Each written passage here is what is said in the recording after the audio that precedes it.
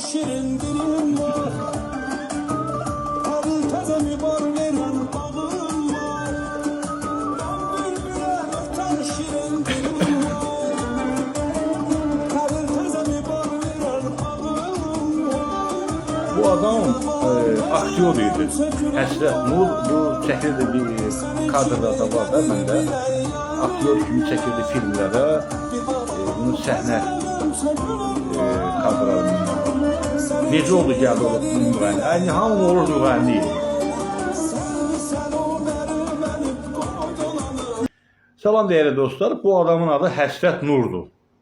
Bu adam aktyordur mən biləni. Mən bunu belə görmüşəm yəni. Həsrət Nur, bəzi bunun kadrları var məndə. Yəni bu adam aktyor kimi yəni fəaliyyət göstərirdi. İndi bu gündən çıxır müğənni. Elə hamı müğənni olur. Bu müğənniyin nədir də bu quyusu, nədir bu?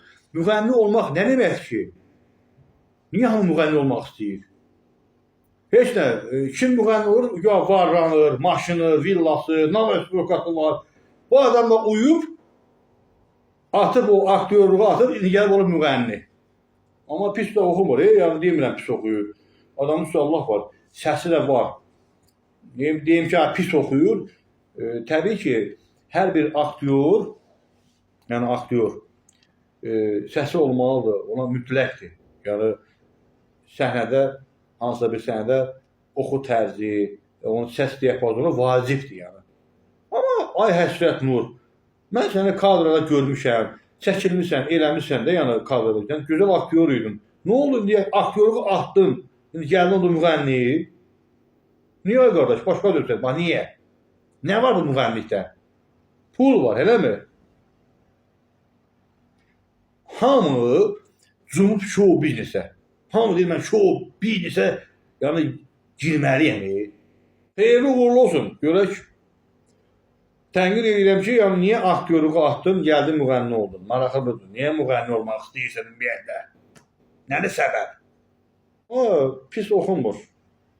Adamın Allah var, gözəl oxuyub.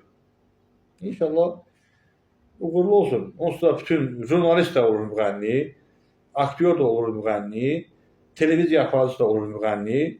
Özü bu normal. Uğurlu olsun. Həsrət Nur oxuyur. İnşallah görək. Mən bülbüləm ötən şirin dilim var.